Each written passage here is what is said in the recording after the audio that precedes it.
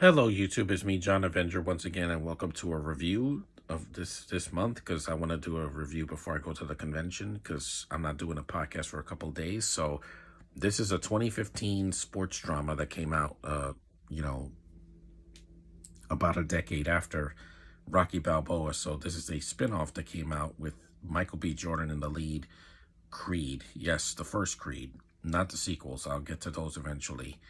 Yeah, this one I saw last week because I wanted to see it. It's been 10 years since it came out, so I was like, oh, let's see how it is. And it's good. It's well made. It's just not as good as the Rocky films, in my opinion, anyway.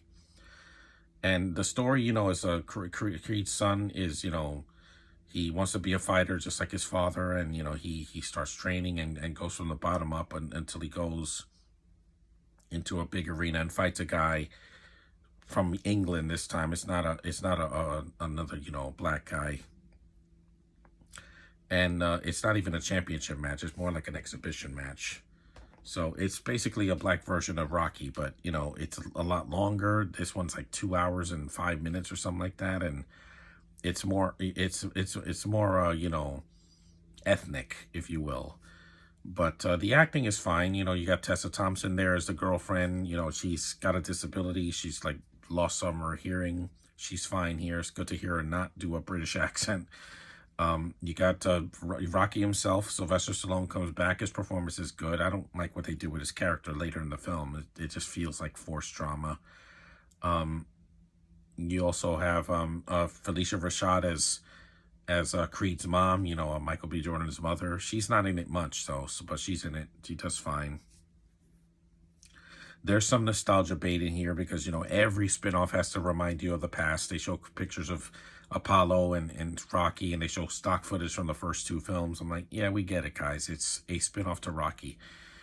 But like I said, the fight scenes are fine at the end. The first fights are kind of like really abrupt and short, and they look high definition, so they don't look as realistic as the fights in the first film or any of the sequels. Like the pacing is fine. Yeah, there's also some like Ryan Coogler did a good job with the actors, but there were a lot of close-ups of the guys spitting and their bodily fluids. I didn't need to see that. I saw that in the original film and all the sequels. Even in 5, and Rocky's not even, fighting in that one in the ring. He just street fights. But here's like, yeah, I don't need to see that. I don't need to see guys spitting at the camera. This is before COVID, by the way. Some of the scenes are shot in the dark where I can't see anything. It's like really dark. It's not as bad as Fan Snore Stick, but it's still, a little bit dark, to see. The villain is awful. Like, it's not really a villain. The Conlon, the main antagonist fighter that he has to fight at the end, he has no personality. He's boring. I don't know what accent he's doing. He can't act at all. So that's a detriment to the film. No matter what you think of the movie, whether you hate it or love it, the antagonist is not threatening in the slightest. He can throw a punch, but that's about it. He can't act at all. Like I said, the movie is too long. I think they could have trimmed some of the nostalgia bait and some of the forced drama. We get it. It's not a comedy. There was some unintentionally funny moments in the movie that I was like, wow, this is supposed to be a drama, and there's some scenes that are making me laugh, which is not supposed to be funny because it's not a comedy. Also, I miss the soundtrack is fine, some of it, but I miss Gonna Fly Now. The music that they give him in the montage when he's running, it's not as good. It sounds like a video game theme. It's like, it's a bit overbearing, at times. I didn't hate the movie. I thought that the film was well made for a Creed, spinoff without Apollo, because, he died in 4. And Carl Weathers was still around at the time. But, at least Michael B. Jordan does carry the film. He stands on his own 2 feet mostly.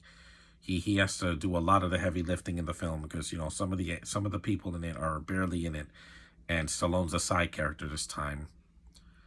But yeah, he stands on his own 2 feet. He definitely is the MVP of the movie. He has to do a lot of the, fighting, and his character is mostly interesting, even though the fake name they give him is kind of obvious because I know he's Creed. I mean, that's the name of the freaking movie.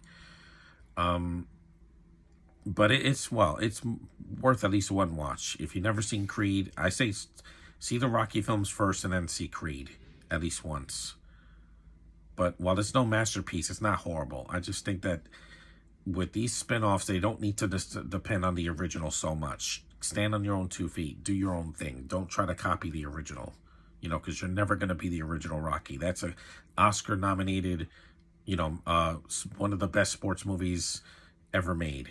And you're never going to top it, no matter what. It's like with Star Wars. You're not going to top the originals. Jurassic Park, you're never going to top that. Do your own thing. Don't try to copy. Don't be a Xerox of the original. It's just not working. Disney had to learn the hard way this year with that. And also other studios doing How to Train Your Dragon and all that. No, be your own film. Don't try to be the original, because you're never going to be the original. Look-wise, tone-wise, acting-wise, you're just not. But it's worth a watch. It's not a bad production. And at least it's shorter than Mission Impossible 8, so I'll give it that. It's not 3 hours. It's like 2:10, something like that. It's long, but, you get it. But it's not boring. I mostly was stimulated throughout most of it. But it does have problems, like I said. But anyway, thanks for watching, guys. Acknowledge me, and tomorrow I'll probably review one more thing before I go to the convention. I'm going to have fun. See you in the next one.